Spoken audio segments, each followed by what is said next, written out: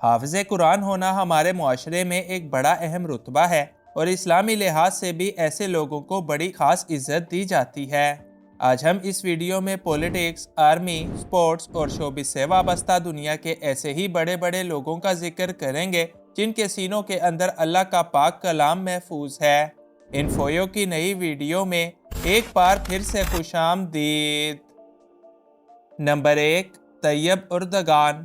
اسلامی دنیا کے اہم ترین ملک ترکیہ کے صدر طیب اردگان اس وقت تمام امت مسلمہ کے ہیرو سمجھے جاتے ہیں۔ طیب اردگان کی پیدائش ایک بڑے اچھے مسلم گھرانے میں ہوئی، جہاں ان کے والد نے ان کو بچپن میں ہی مدرسے کے اندر داخل کیا اور وہیں پر انہوں نے قرآن پاک حفظ کرنے کی سعادت بھی حاصل کی۔ طیب اردگان کے مطابق وہ بچپن میں جب قرآن پاک ہاتھ میں پکڑے مدرسے کی طرف جاتے تو لوگ ان کو کہتے کہ کیا تم نے اتنا زیادہ دینی علم حاصل کر کے مردے نہلانے ہیں، کیوں اپنا وقت برباد کرتے ہو؟ مگر طیب چپ چاپ اپنے مدرسے کی طرف چل دیا کرتے تھے۔ نمبر 2، کنگ سلمان بن عبدالعزیز۔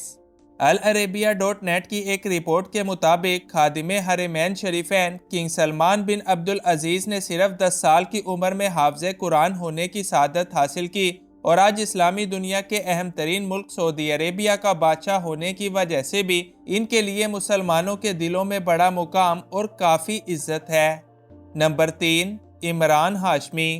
عمران ہاشمی بالی ووڈ انڈسٹری کے ایک بڑے مشہور اور رومانٹک اداکار ہیں جن کی فلمیں آپ سب نے یقیناً دیکھ رکھی ہوں گی، لیکن آپ یہ جان کر حیران ہوں گے کہ عمران ہاشمی نے نہ صرف اسلامی تعلیمات اپنے بچپن میں حاصل کر رکھی ہیں بلکہ وہ ایک حافظ قرآن بھی ہیں۔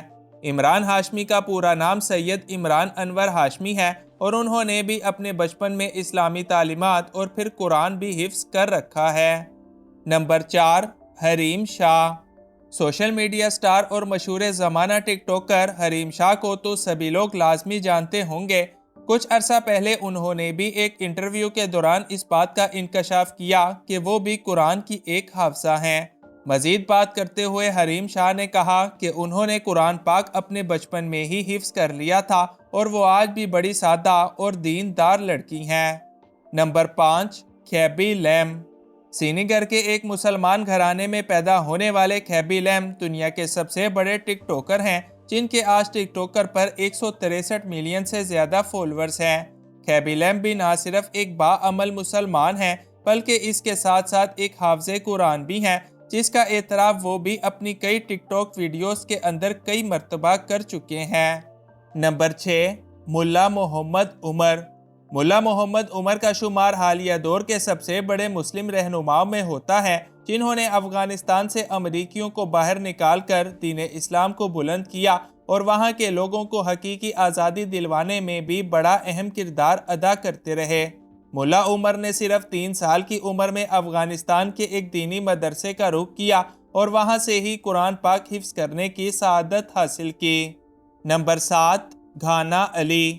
پاکستان کی بولڈ ترین اداکارہ گھانا علی کے بارے میں آپ سبھی لازمی جانتے ہوں گے۔ انہوں نے بھی اپنے مداحوں کو اس وقت حیرت میں ڈال دیا جب انہوں نے یہ اعلان کیا کہ وہ بھی ایک حافظ قرآن ہیں۔ گھانا کے مطابق انہوں نے یہ اعزاز اپنے بچپن میں ہی حاصل کر لیا تھا، تاہم اب وہ سب کچھ بھلا کر صرف اپنی بولڈنس پر ہی توجہ دیتی ہیں۔ Number 8، doctor Aafia Siddiqui. امریکہ کے اندر جیل کاٹتی پاکستان کی بیٹی ڈاکٹر عافیہ صدیقی کو شاید ہی کوئی نہ جانتا ہو۔ MIT جیسے دنیا کے ٹاپ ادارے سے تعلیم حاصل کرنے والی عافیہ صدیقی بھی قرآن کی ایک حافظہ ہیں جنہوں نے قرآن حفظ کرنے کی یہ سعادت اپنے بچپن میں ہی حاصل کر لی تھی، تاہم اب وہ امریکہ کی جیلوں کے اندر اپنی 86 سالہ قید کی سزا پوری کر رہی ہیں۔ نمبر 9، سعود قاسمی۔ سعود قاسمی پاکستان کے ایک بڑے مشہور اداکار ہیں جن کا تعلق بھی ایک بڑے ہی اچھے مذہبی گھرانے کے ساتھ ہے اور وہ بھی اپنی اصل زندگی کے اندر ایک حافظ قرآن ہیں۔ Number 10، general Asim Munir. پاکستان کے 11ویں chief of army staff general Asim Munir پاک فوج کے وہ واحد انسان ہیں کہ جن کے سینے کے اندر اللہ تعالیٰ کا پاک کلام محفوظ ہے۔ ان کا پورا ہی خاندان حفاظ اکرام کے خاندان کے طور پر مشہور ہے اور عاصم منیر بھی 7 سال کی عمر سے ہی ایک حافظ قرآن کے طور پر جانے جاتے ہیں۔ نمبر 11، شفقت چیمہ۔ پاکستان فلم انڈسٹری کے لیجنڈری اداکار شفقت چیمہ فلمی رنگینیوں سے ہٹ کر اپنی اصل زندگی میں ایک سادہ اور دیندار انسان ہیں۔ انہوں نے لاہور کے ایک عالم دین کے گھر آنکھ کھولی اور شفقت چیمہ نہ صرف خود بھی ایک حافظ قرآن ہیں بلکہ قرآن کے قاری کے طور پر بھی جانے جاتے ہیں۔ آج ان کو خود نہ صرف اسلامی تعلیمات پر عمل کرتے دیکھا جاتا ہے بلکہ وہ مختلف مساجد میں اللہ کا پیغام لوگوں تک پہنچانے کا کام بھی کرتے رہتے ہیں۔ نمبر 12، حکیم محمد سعید۔